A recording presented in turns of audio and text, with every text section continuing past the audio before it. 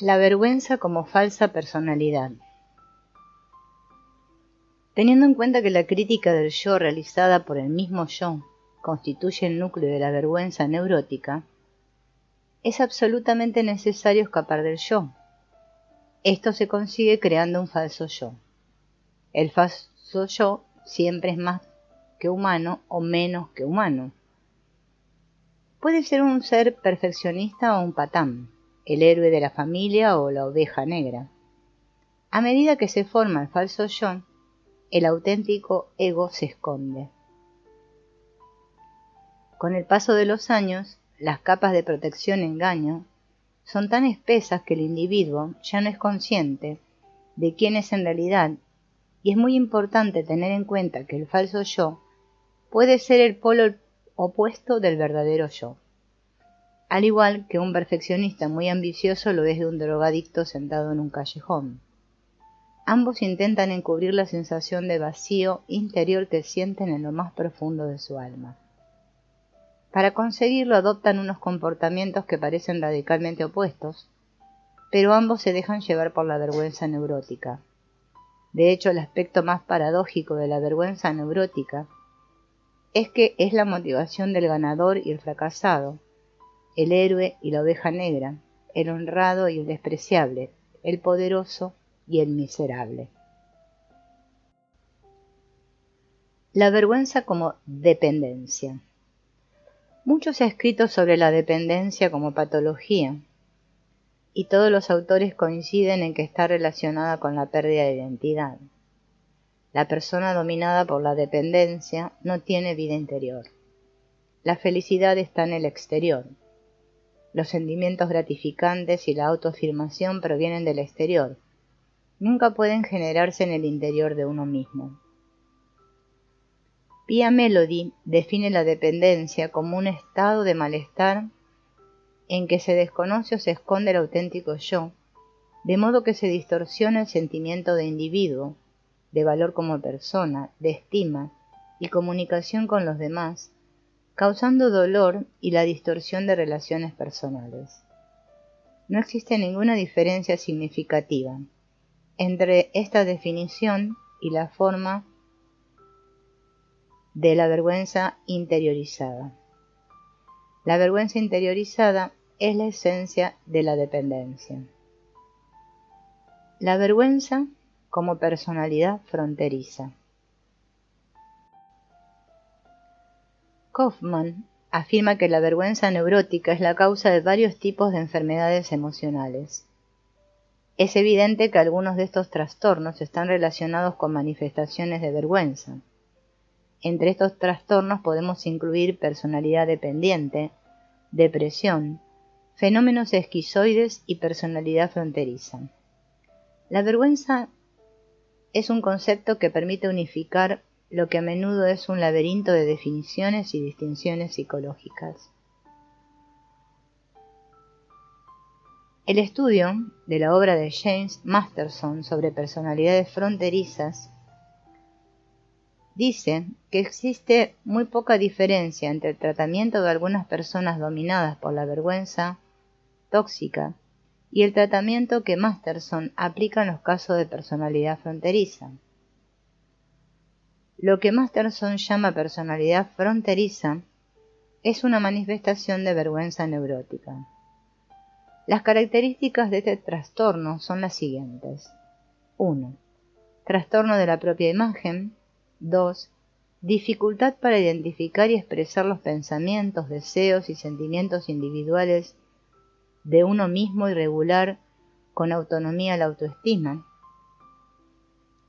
3. Dificultad para controlar la presunción y agresividad. La vergüenza como fuente de adicciones. La vergüenza neurótica es la causa de todo tipo de comportamientos compulsivos, adictivos. Un comportamiento compulsivo adictivo es una relación patológica con cualquier experiencia que altera el estado de ánimo y tiene consecuencias negativas para la vida del individuo. La fuente de toda adicción está relacionada con la ruptura con el yo. la creencia de que uno ha fracasado como persona. Una adicción, ya sea relacionada con la ingestión de algún producto o con la realización de una actividad, como trabajar, comprar o jugar, es un intento de mantener una relación íntima. El adicto al trabajo tiene una aventura con su profesión y el alcohólico con su botella. El estado de ánimo de ambos se altera para evitar el sentimiento de soledad y dolor causado por la vergüenza. Cada acto que realizamos para satisfacer una adicción provoca consecuencias muy negativas para nuestra vida y crea más vergüenza. La nueva vergüenza alimenta el círculo vicioso de la adicción. Los adictos entran en un círculo vicioso llamado la jaula de la ardilla. La vergüenza interiorizada alimenta el proceso adictivo y como las adicciones crean más vergüenza, hace que la personalidad del individuo cada vez esté más dominada por la vergüenza. Es decir, que la vergüenza engendra vergüenza. El círculo vicioso se inicia con la falsa creencia, generalizada en todos los adictos, de que nadie podrá quererlos y amarlos tal como son. De hecho, los adictos son incapaces de amarse a sí mismos. Es más, se desprecian. Esta vergüenza profundamente interiorizada provoca una forma de pensar distorsionada. Este pensamiento distorsionado puede reducirse a la creencia de que estaré bien si bebo, como, mantengo relaciones sexuales, consigo más dinero, trabajo más, etc. La vergüenza convierte a un individuo en lo que Kellogg ha bautizado como un hacer humano en lugar de ser humano.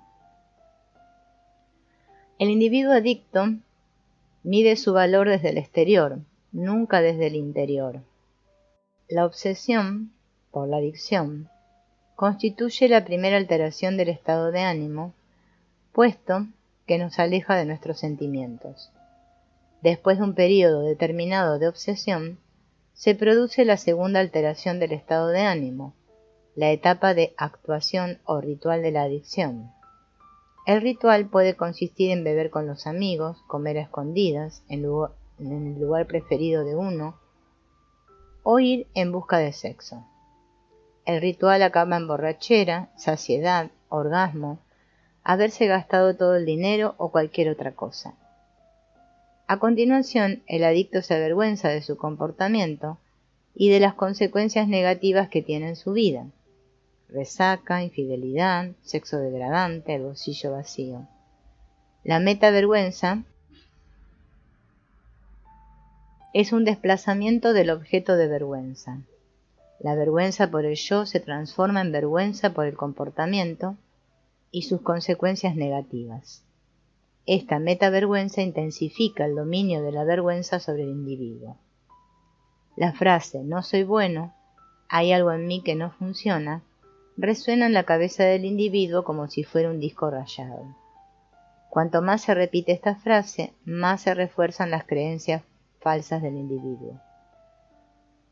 La vergüenza alimenta la adicción y genera más vergüenza.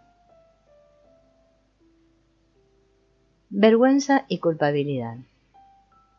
La vergüenza puede diferenciarse y debe diferenciarse del sentimiento de culpabilidad. La culpabilidad puede ser sana o tóxica. La culpabilidad sana es el núcleo emocional de nuestra conciencia. Es un sentimiento que aparece cuando nuestro comportamiento va en contra de nuestra escala de valores y nuestras creencias. La culpabilidad presupone la existencia de unas normas interiorizadas y aparece más tarde que la vergüenza. Según Erikson, la tercera etapa del desarrollo psicosocial es el equilibrio entre la iniciativa y la culpabilidad. Esta etapa se inicia a partir de los 3 años de edad. La culpabilidad es un sentimiento más maduro que la vergüenza. La culpabilidad no refleja directamente la identidad del individuo ni disminuye su valor como persona. es el resultado de un conjunto de valores asimilados. Fossum y Mason escriben: una persona que se sienta culpable podría decir: me siento mal porque hice algo que iba en contra de mi escala de valores. O también podría decir: siento mucho las consecuencias que ha tenido mi comportamiento. Al manifestar estas opiniones, los valores del individuo se reafirman. Existe la posibilidad de corregir y se fomenta el aprendizaje y el crecimiento personal. La culpabilidad es un doloroso sentimiento de arrepentimiento y responsabilidad por los actos de uno, mientras que la vergüenza es un doloroso sentimiento acerca de uno mismo como persona. Para la persona avergonzada, la posibilidad de corregir parece imposible, puesto que la vergüenza es una cuestión de identidad, no de comportamiento equivocado. No hay nada que aprender de la experiencia ni tampoco se fomenta el crecimiento, ya que ésta solo confirma los sentimientos negativos que el individuo siente hacia sí mismo. La vergüenza implica que el individuo se siente fracasado como persona. La posibilidad de corrección parece imposible porque en realidad no puede producirse ningún cambio. La vergüenza provoca un sentimiento de desesperación. Trastornos de carácter como síntomas de vergüenza. Trastorno narcisista. Según James Masterson, las principales manifestaciones clínicas de la personalidad narcisista son las siguientes: ostentación, excesiva atención hacia uno mismo y falta de interés y empatía por los demás, a excepción del intento de obtener admiración y aprobación de los demás. El narcisista dedica todos sus esfuerzos a conseguir la perfección en todo lo que hace. Este tipo de personalidad se siente atraída por la adquisición de dinero, poder y belleza, y por encontrar a otras personas que reflejarán y admirarán su ostentación. Bajo esta fachada externa se esconde un vacío dominado por la envidia y la ira. El núcleo de este vacío es la vergüenza interiorizada. Personalidad paranoide. La paranoia es una actitud de defensa adoptada para afrontar un exceso de vergüenza. La persona paranoica está siempre a la expectativa esperando la traición y la humillación que sabe que sufrirá. Interpreta cualquier suceso inocente como si fuera una amenaza personal y vive constantemente en guardia. Harry Stack Sullivan describió el ego del individuo paranoico como un ego que se siente desesperadamente defectuoso. La persona paranoica atribuye la causa de sus defectos a todos y a todo menos a ella misma. Es como si la visión interna de vergüenza, desprecio y desdén se proyectaran hacia el exterior. Las personalidades paranoides son incapaces de aceptar como propios los errores y otras muestras de fracaso personal. Reniegan de sus errores y defectos y los atribuyen a los demás. Comportamientos delictivos. Delincuencia en general. Alice Miller ha demostrado de modo convincente que la mayoría de comportamientos criminales son una recreación o reconstrucción, lo cual significa que un individuo que delinque fue en alguna ocasión víctima de un acto similar al que él comete. Los hijos de familias que cometen abusos violentos, los hijos de familias donde se produce un alto grado de abandono, se ven muy negativamente afectados. En general adoptan el papel de víctima y lo representan una y otra vez, o también puede suceder que se identifiquen con su agresor y reconstruyan la agresión con víctimas indefensas, como ellos fueron en una ocasión. Esta reconstrucción recibe el nombre de repetición compulsiva, es decir, la necesidad de repetir. En el libro de Alice Miller, Por tu propio bien, la autora describe detalladamente las reconstrucciones de un adolescente drogadicto y un asesino de niños. Aunque nadie haya podido demostrar que todo criminal reconstruye su propia vergüenza por las experiencias vividas, Existen suficientes datos para apoyar la hipótesis de que precisamente eso es lo que ocurre en la mayoría de los casos. Evidentemente nadie ha propuesto otra solución al eterno problema de la criminalidad y la delincuencia. Sin lugar a dudas, los criminales se sienten marginados por la sociedad y soportan una enorme carga de vergüenza tóxica. Abusos físicos. El agresor físico ha sido en alguna ocasión una víctima indefensa que fue humillada. Muchos de los padres que humillan y abusan físicamente de sus hijos también padecieron abusos cuando eran jóvenes. Nunca han conseguido superar la vergüenza interiorizada que contamina sus vidas. Sus propios traumas de la infancia se conservan intactos en una especie de recuerdos interrelacionados. Sus hijos les hacen recordar las escenas originales y los padres consuman la reconstrucción como si fuera un acto reflejo. Los partidarios de la programación neurolingüística se refieren a estas escenas como anclas. Kaufman sugiere: los padres que abusan de sus hijos reviven escenas en las que también les pegaban a ellos, pero reviven la escena desde la perspectiva de sus propios padres. Ahora interpretan el papel de sus padres. ¿Por qué razón los padres que siendo niños padecieron abusos desean asumir el papel de sus padres? La clave de la respuesta a esta pregunta se halla en la identificación. La identificación con el atacante fue claramente definida por Bette Heim con la expresión identificación con el agresor. Cuando los niños padecen daños físicos y psicológicos, lo único que desean es que se acaben cuanto antes. De modo que dejan de identificarse con ellos mismos y se identifican con su agresor en un intento de poseer el poder y la fuerza de esa persona.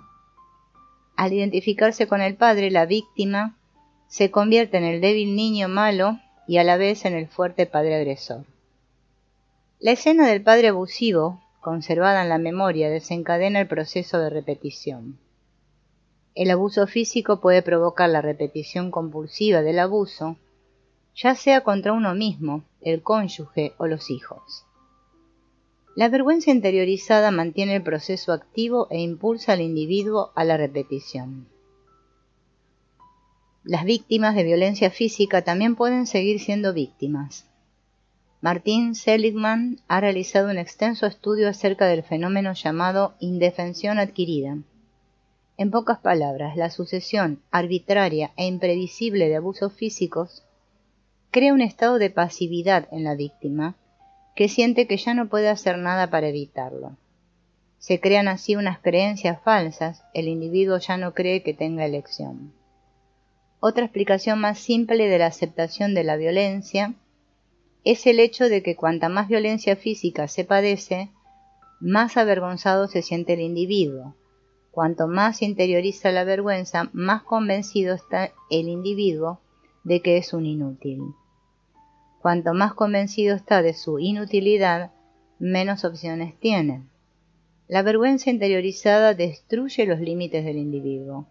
Sin límites, el ser humano no tiene protección. Abusos sexuales. En la mayoría de los casos, las personas que abusan sexualmente de otras suelen ser adictas al sexo. En ocasiones están reconstruyendo su propia violación física o sexual.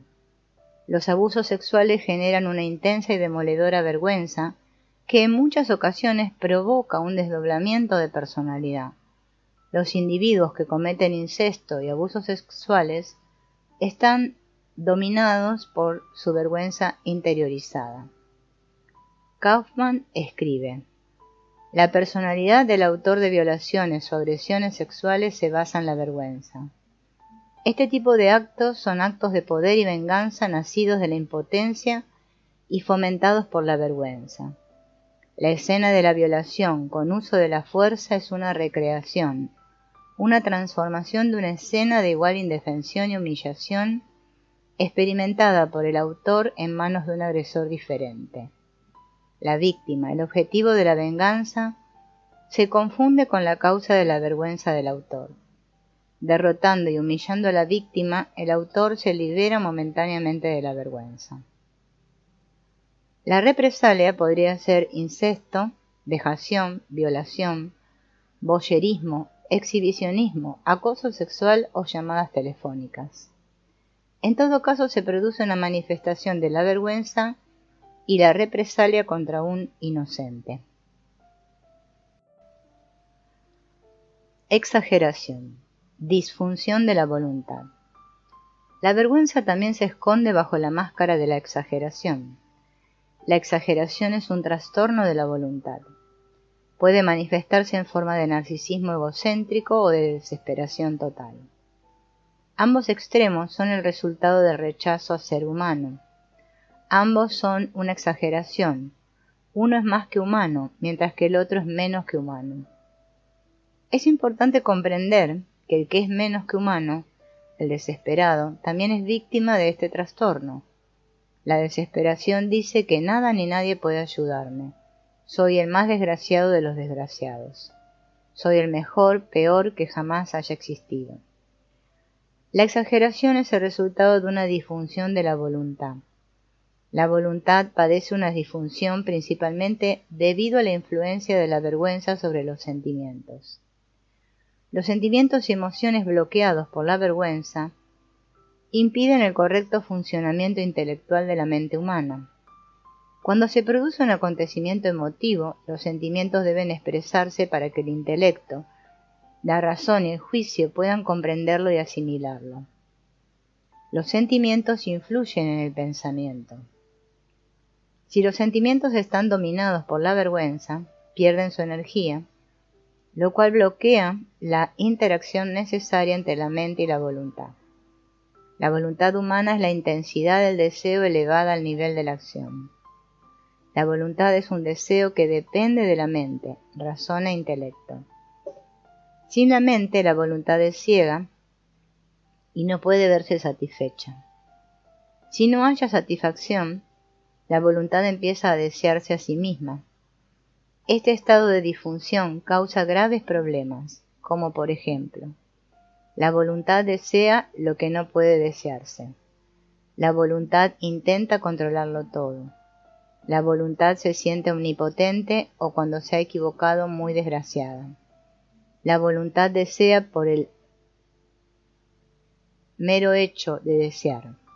Comportamiento impulsivo. La voluntad desea extremos opuestos, todo o nada. La vergüenza como fuente de pobreza espiritual. La vergüenza es un problema espiritual. La espiritualidad es la esencia de la existencia humana. No somos seres materiales en un viaje espiritual, sino seres espirituales que necesitamos realizar un viaje terrenal para alcanzar la plenitud espiritual. La espiritualidad es una forma de vida, la que realza y expande la vida. Por consiguiente, la espiritualidad está relacionada con el crecimiento y la expansión, la evolución y la creatividad. La espiritualidad está relacionada con el hecho de ser. Ser es esa gloriosa hazaña con la cual vencemos a la nada. Ser es la existencia de algo en lugar de la presencia de la nada. El hecho de ser constituye los cimientos de todos los seres que existen. La vergüenza, que es una enajenación del yo por parte del yo, provoca que la deshumanización del individuo aflore. El filósofo Ortega y Gasset afirma que el hombre es el único ser que vive desde el interior. Ser realmente humano implica tener una personalidad y una vida interiores. Los animales viven constantemente vigilantes, alerta, observando su entorno para hallar alimentos para sobrevivir y protegerse de posibles peligros. Cuando los humanos dejan de tener una vida interior, se convierten en seres deshumanizados. La vergüenza, con su polaridad más-menos que humano, es deshumanizante. La creación de un falso yo para encubrir y ocultar el auténtico yo requiere una vida dedicada a producir y alcanzar logros materiales. Todo depende de nuestro rendimiento y de lo que conseguimos en lugar de lo que somos. Ser no requiere ninguna comparación. El hecho de ser se justifica a sí mismo. La base de ser es una rica vida interior. El reino de los cielos está en tu interior. La vergüenza busca la felicidad y la aprobación en el exterior, puesto que el interior es inútil y defectuoso. La vergüenza es sinónimo de pobreza espiritual. La vergüenza como desesperación. La jaula de la ardilla. La vergüenza tiene la cualidad de ser irremediable. Si soy un inútil, un fracasado y un error, ya no existe nada que pueda ayudarme. Este tipo de pensamientos conducen a un sentimiento de impotencia. ¿Cómo puedo cambiar quién soy? La vergüenza también tiene la cualidad de ser autorregenerativa. La vergüenza engendra vergüenza.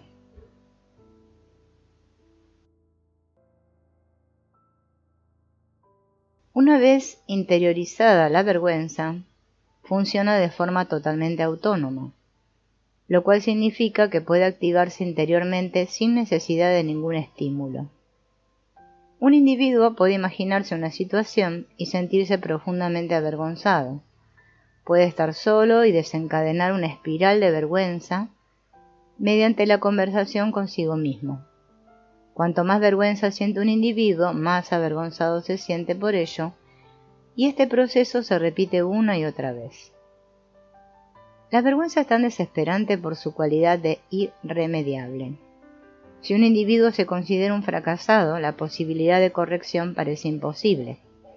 Si además añadimos a esto la cualidad de la vergüenza de regenerarse por sí misma, comprenderemos el devastador poder de la vergüenza neurótica. Siendo conscientes de la dinámica de la vergüenza, siendo capaces de identificarla, ganamos una batalla de esta dura guerra. La vergüenza aparece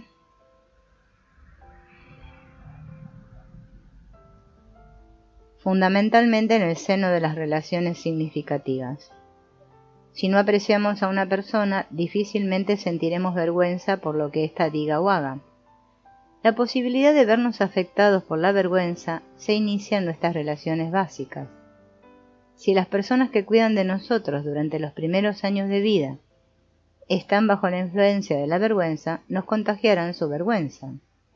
Es imposible enseñar a otra persona a valorarse si uno no se valora a sí mismo. La vergüenza es multigeneracional, se transmite de generación en generación. Las personas dominadas por la vergüenza conocen otras personas que se encuentran en la misma situación y se casan. Cada uno aporta la vergüenza que su familia le ha transmitido, y su matrimonio se basará en su vergüenza. El resultado será una falta de intimidad. Es difícil dejar que alguien se acerque a nosotros cuando nos sentimos fracasados como personas. Las parejas dominadas por la vergüenza prolongan la falta de intimidad mediante una comunicación pobre, discusiones nada productivas, tretas, manipulaciones, luchas por conseguir el control, renuncias, mutua culpabilización y confluencia. La confluencia es el acuerdo de no estar nunca en desacuerdo. La confluencia crea pseudo-intimidad. Cuando esta pareja dominada por la vergüenza tiene un hijo, los problemas empiezan desde el principio. La labor de los padres consiste en modelar la personalidad del niño, cómo ser un hombre o una mujer, cómo relacionarse con otras personas, cómo reconocer y expresar sentimientos, cómo luchar honestamente, cómo establecer unos límites físicos, emocionales e intelectuales, cómo comunicarse, cómo enfrentarse a los infinitos problemas de la vida y superarlos, cómo seguir una autodisciplina, cómo amarse a sí mismo y a los demás. Los padres dominados por la vergüenza no pueden hacer nada de todo esto, simplemente no saben cómo hacerlo. Los niños necesitan el tiempo y la atención de sus padres. Dedicar nuestro tiempo forma parte del ejercicio de amar. Esto implica estar junto al niño cuando éste nos necesita, atender sus necesidades en lugar de la de los padres. Escuchar también forma parte del ejercicio de amar. Los niños saben muy bien lo que necesitan y nos lo dirán claramente. Debemos escucharlos y para ello es necesario poseer una cierta madurez emocional. Para escuchar bien es necesario que primero uno haya satisfecho sus propias necesidades. De lo contrario, escuchar resulta muy difícil. La necesidad es como un dolor de muelas. Cuando estamos dominados por la vergüenza, solo somos capaces de fijarnos en nuestro propio dolor. Los padres necesitados y dominados por la vergüenza son incapaces de atender las necesidades de sus hijos. El niño se siente avergonzado siempre que necesita algo porque sus necesidades se enfrentan a las necesidades de los padres. El niño crece y se convierte en un adulto, pero bajo la máscara del comportamiento adulto se esconde un niño desatendido. Este niño necesitado es insaciable. Esto significa que cuando el niño se convierte en adulto tiene un vacío en su alma. Nunca será capaz de tener bastante como adulto. Los adultos se conforman con lo que obtienen y se esfuerzan para conseguir más la próxima vez. Un niño adulto nunca puede tener bastante porque lo que debe satisfacerse son las necesidades del niño. La consecuencia de todo esto es que los matrimonios necesitados y dominados por la vergüenza crean familias necesitadas y dominadas por la vergüenza. Los hijos crecen sobre los cimientos de la vergüenza en lugar de en los acogedores brazos del amor.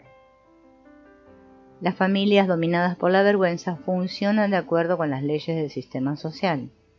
Cuando un sistema social es disfuncional, es rígido y cerrado, todos los miembros están inmersos en una especie de frialdad permanente. No atienden sus necesidades, sino las del sistema. Después los niños van a la escuela y empiezan a vivir en sociedad. Cada uno de estos sistemas sociales contribuye a su manera al proceso de instalación de la vergüenza. Cada familia tiene varias categorías de normas. Veamos cuáles son. En este caso, las normas avergonzantes de las familias que tienen vergüenza tóxica. 1. Control. Uno debe controlar sus interacciones, sentimientos y comportamiento personal en todo momento. El control es la estrategia de defensa más importante contra la vergüenza. 2. Perfeccionismo. Hazlo todo bien siempre. El perfeccionismo siempre implica la existencia de un juicio impuesto. Debe respetarse el principio de temer y evitar lo negativo. Los miembros de la familia viven de acuerdo con una imagen externa. Nadie consigue ser totalmente perfecto jamás. 3. Culpa. Cuando las cosas no ocurran como lo habías previsto, cúlpate a ti mismo o a los demás. La culpa es otra estrategia de defensa contra la vergüenza. Cuando el control ha fracasado, la culpa mantiene el equilibrio en un sistema disfuncional. 4. Negación de las 5 libertades. Las 5 libertades, enunciadas por Virginia Satir, describen las funciones humanas de cada individuo. Cada libertad está relacionada con un poder humano básico: el poder de percibir, de pensar e interpretar, de sentir, de desear y elegir y de imaginar. En las familias dominadas por la vergüenza, la norma perfeccionista prohíbe la expresión de estas libertades. Dice que no deberíamos percibir, pensar, sentir, desear o imaginar como lo hacemos, sino que deberíamos hacerlo tal como exige el ideal perfeccionista. 5. La norma de no hablar. Esta norma prohíbe la plena expresión de cualquier sentimiento, necesidad o deseo. En las familias basadas en la vergüenza, sus miembros desean ocultar sus verdaderos sentimientos, necesidades o deseos. Por consiguiente, nadie habla de su soledad ni de su malestar interior. 6. No cometer errores. Los errores evidencian la vulnerabilidad del ser. Reconocer un error es exponerse a ser analizado. Encubre tus errores y si otra persona comete un error, cúlpalo. 7. Desconfianza. No confíes en las relaciones personales. No confíes en nadie y nunca te sentirás decepcionado. En su momento, los padres no consiguieron satisfacer sus necesidades de dependencia y ahora no son capaces de satisfacer la de sus hijos. El ciclo de la desconfianza se repite una y otra vez. El ciclo de la vergüenza se repite durante generaciones. Las normas de comportamiento paternal utilizadas en la mayoría de familias del mundo occidental fomentan la vergüenza. Si añadimos alcoholismo, incesto y abusos físicos a estos sistemas, obtendremos una familia gravemente disfuncional. Alice Miller ha reunido estas normas bajo el título de Pedagogía venenosa. Estas normas afirman lo siguiente. 1. Los adultos son los dueños del niño que depende de ellos. 2. Deciden lo que está bien y lo que está mal como si fueran dioses. 3. El hijo es responsable de la ira de sus padres. 4. Los padres siempre deben estar protegidos. 5. Los sentimientos autoafirmantes del hijo suponen una amenaza para el adulto autocrático. 6. La voluntad del hijo debe suprimirse tan pronto como sea posible.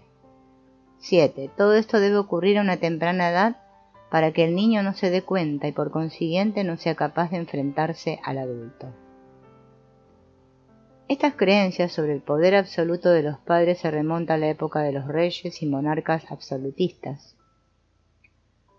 Son creencias predemocráticas y pre-einsteinianas. Presuponen un mundo de leyes eternas, una visión del mundo Deus ex machina. Este era el mundo de Newton y Descartes, una visión del mundo que ha sido repetidamente rechazada. La pedagogía venenosa justifica el uso de métodos abusivos, con el objetivo de reprimir la espontaneidad del niño. Malos tratos, mentiras, duplicidad, manipulación, tácticas para asustar, negación del amor, aislamiento y coacción hasta el punto de torturar. Todos estos métodos fomentan la vergüenza. El proceso de transformación de la vergüenza sana en vergüenza tóxica recibe el nombre de proceso de interiorización. Se pierde el sano sentimiento de vergüenza y se empieza a experimentar un gélido estado en el que la persona considera que ha fracasado como ser humano. Esta transformación implica 3 procesos paralelos. En primer lugar, la identificación con modelos basados en la vergüenza. En segundo lugar, el trauma del abandono y dominio de la vergüenza sobre los sentimientos, necesidades y conductas. Y en tercer lugar, la interconexión y magnificación de recuerdos, así como la retención de recuerdos sensoriales vergonzantes.